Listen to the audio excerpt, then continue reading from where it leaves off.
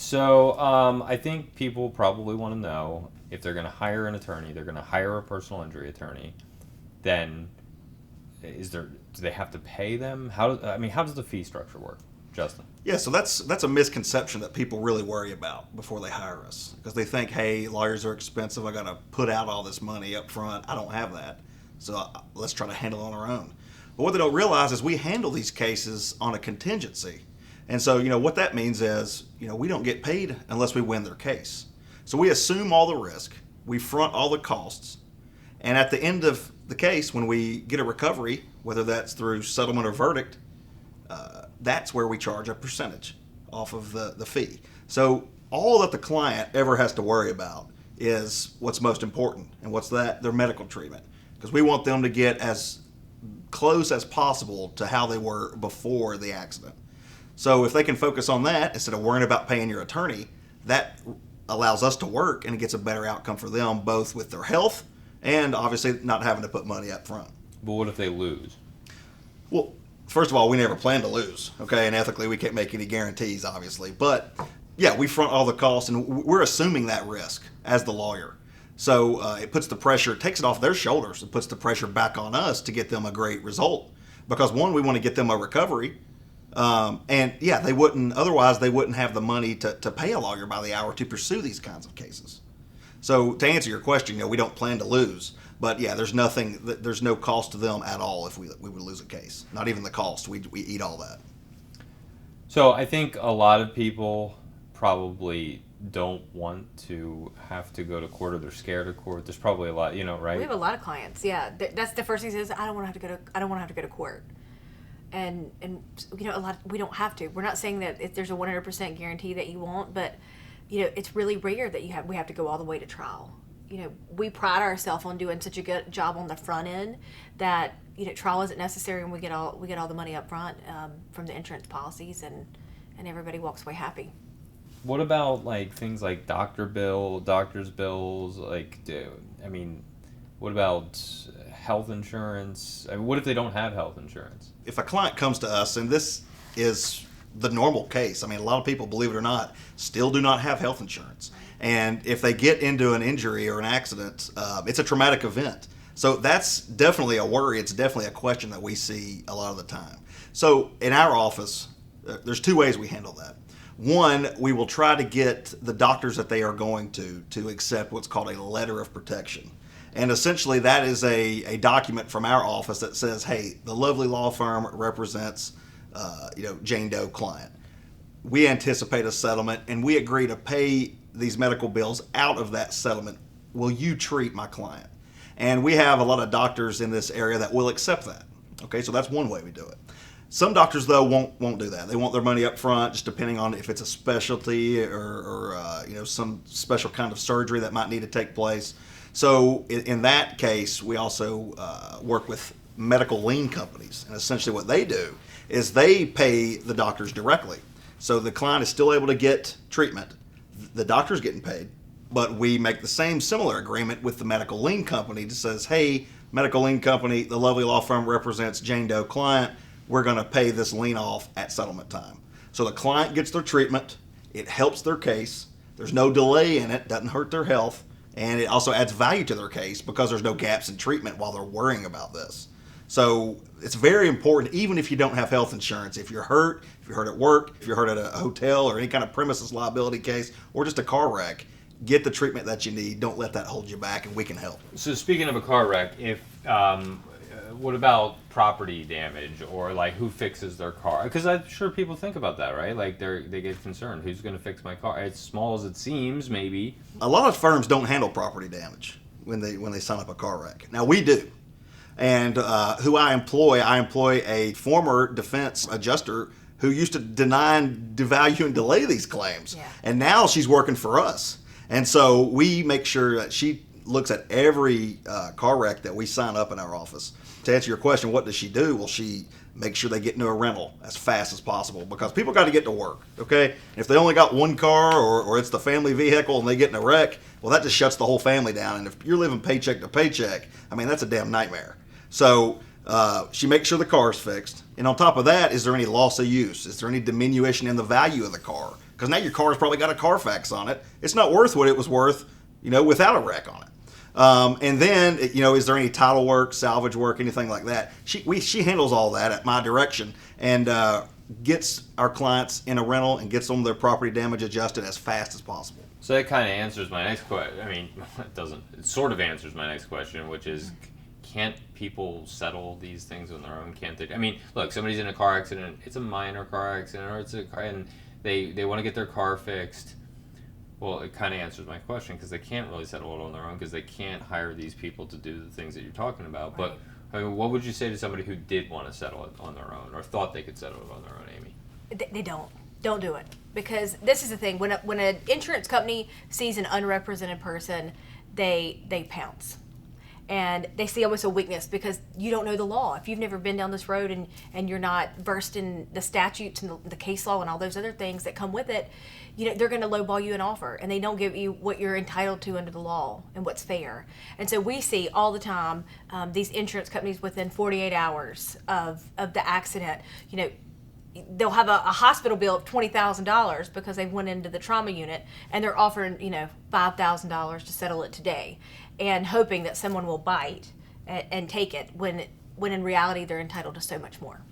What's a typical case where, I mean, like a typical case that you handle, what's it worth? You never know. I mean, that's I know that's lawyer talk, but yeah. There's nobody who can put a value on an injury case. Anybody who's trying to tell you what a case is worth early on, it's all BS. They're blowing smoke where. They can't do it. There's so many factors. So only through proper treatment, working up the case, is there even liability? All these different factors have to be examined. And then you have to be released medically for us to even give a range of what a case is worth. So just to answer that question is, it depends. Every case is different. So it depends, for instance, if they have or don't have insurance. What if they don't have insurance? Well, absolutely. I mean, if they don't have insurance, that case, as long as you're not at fault, that's going to turn into an uninsured motorist claim. So at that point in time, we're claiming against the first party coverage, but you still have to get medical treatment. We still have to examine it from the liability perspective, because essentially all that's happening is your first party coverage is stepping into the shoes of the at-fault driver.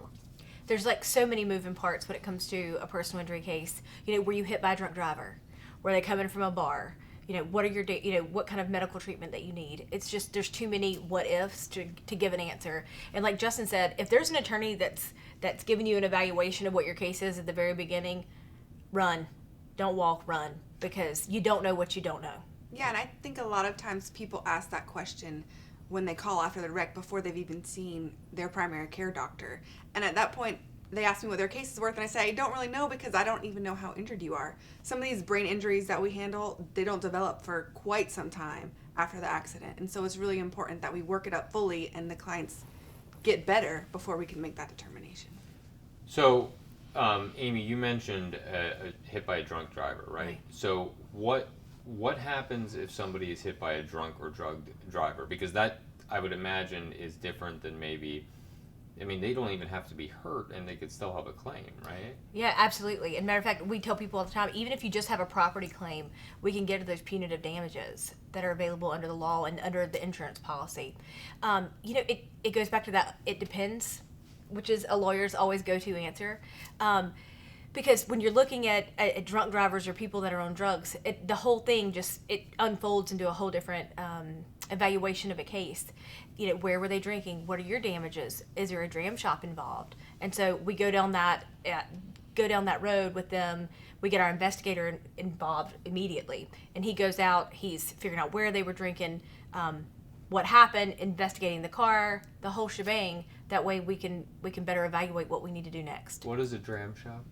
Oh, a dram shop is when, and Justin could probably answer this better, but a dram shop is when you've been drinking at a restaurant or bar and you're overserved, and then an accident ensues and you are a victim of it. Yeah, so if they're overserved at a bar or restaurant, the good thing in South Carolina, this didn't used to always be the law, Yes. but the law changed a few years ago that any establishment that serves alcohol has to now have $1 million policy. So that has to be properly investigated. Okay, because just because an accident happens, the accident may happen 10 miles away, but we have to get our investigators involved early on in the scene, figure out, is there any road footage? Is there any video? Are there any witnesses? Social media really helps us.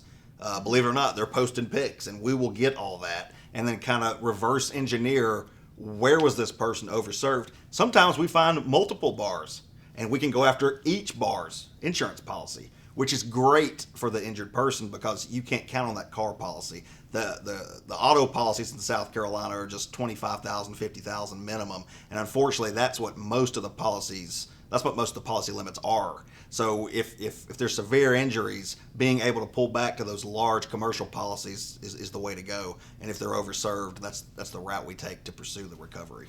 And the majority of those cases, drunk driving cases, they're catastrophic injuries. They're hit head on the wrong side of the road, that kind of thing. And so it becomes so important to jump in immediately and start investigating. And especially in our area, there's a lot of out-of-state drivers who come down and get drunk, and their policies are even less. Like, their state requires even less insurance. So it's really important that we go after those bars and get the money. So, you just mentioned catastrophic injuries, and I think that kind of brings me to the last question, because with catastrophic injuries, they're bound to lose wages, right? If nothing else. I mean, they're in a situation where they're not going to be able to make wages for a long time. What do they do in a situation like that? I mean, yeah, well, luckily we're able to recover lost wages. What we do is we make sure that the client documents that as best as they possibly can. We figure out where they're working, and if their job, their occupation has an HR representative, we make sure that's documented so we can put a number value on that case, or on the lost wages. And that will be part of the damages model when we get to settlement time. Now, there might be a point in time where they're not getting that income, and unfortunately, the law will only allow them to make the final payment at settlement. But we will work with those clients on those kind of case-by-case scenarios. And then if they're self-employed, we have a couple economist experts that will be able to put that value, because they may not have an HR expert who can just say, hey, I lost X or Y amount of dollars. We can use our experts that can do that for us. so I guess the bottom line, because if there's nothing else that I took away from this, is I don't want to do it on my own, right? I mean, if I'm hurt in any type of accident, the last thing I want to do is do it on my own. You need to. And there are other practices, other areas of practice that we practice in. And one of the things that I do are like speeding tickets. And if we thought that you could do it yourself, we'd be the first person to tell you. I've had people call me, about a ticket, and I can't do anything for them, and I can't do any better than they could do themselves. And I tell them that because it's the right thing to do. And so if we thought there was something that somebody could do on their own, we'd be the first one to tell them. And I absolutely believe that. Yep. All right. And it's just one more thing to add. Yeah. It's not worth it. Okay, when you're dealing with your health, your life, and sometimes your livelihood, it's not worth it. There's too many pitfalls, and we know these pitfalls, how to overcome them, and how to stand up for you. Because think about it this way: the insurance company has vast amount of resources, the best lawyers on the defense, and you need somebody fighting for you and advocating for you.